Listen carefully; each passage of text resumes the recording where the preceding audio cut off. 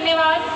संविधान निर्माता, जाति विनाशक डॉक्टर बाबा साहेब अम्बेडकर जी को नमन करती हूँ और जितने हमारे समाज में जन्मे महानायकों को नमन करती हूँ। मेरा नाम अनन्या मौर्य है और मैं एक दलित हूँ और मुझे इस पे बहुत गर्व है। जब से मेरा सिलेक्शन हुआ है मेडिकल में, तो मेरे माँ बाप और रिश्तेदार जो भी मुझे जानते हैं सब मुझे इसी तरह इंट्रोड्यूस करते हैं कि हमारी बच्ची MBBS कर रही है।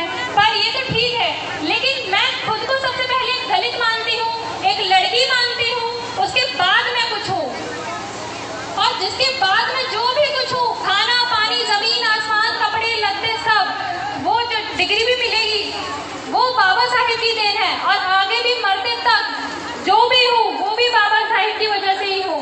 मैं Datia medical college 3rd year की स्टूडेंट हूँ, तो मैं वहाँ के कुछ एक्सपीरियंसेस शेयर करना चाहती हूँ। जैसे बाकी सभी आंटियों ने अपनी एज ग्रुप वालों के लिए एक्सपीरियंस शेयर किए, वैसे ही मैं भी अपने एज ग्रुप वालों को के लिए कुछ कहना चाहती हूँ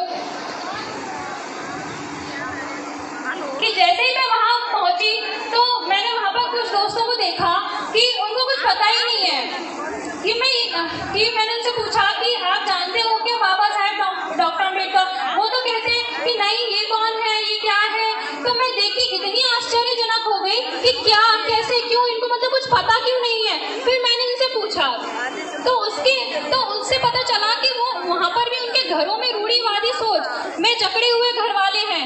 उसने तो यहाँ तक बताया कि हमारे यहाँ तो अपनी जात को भी छुपाया जाता है। फिर मुझे ये सुन के बाबा साहेब की एक बात याद आ गई, जो कौम अपनी इतिहास नहीं जानता, जो कौम अपनी इतिहास नहीं जानता, वो कौम कभी भी इतिहास नहीं बना सकती।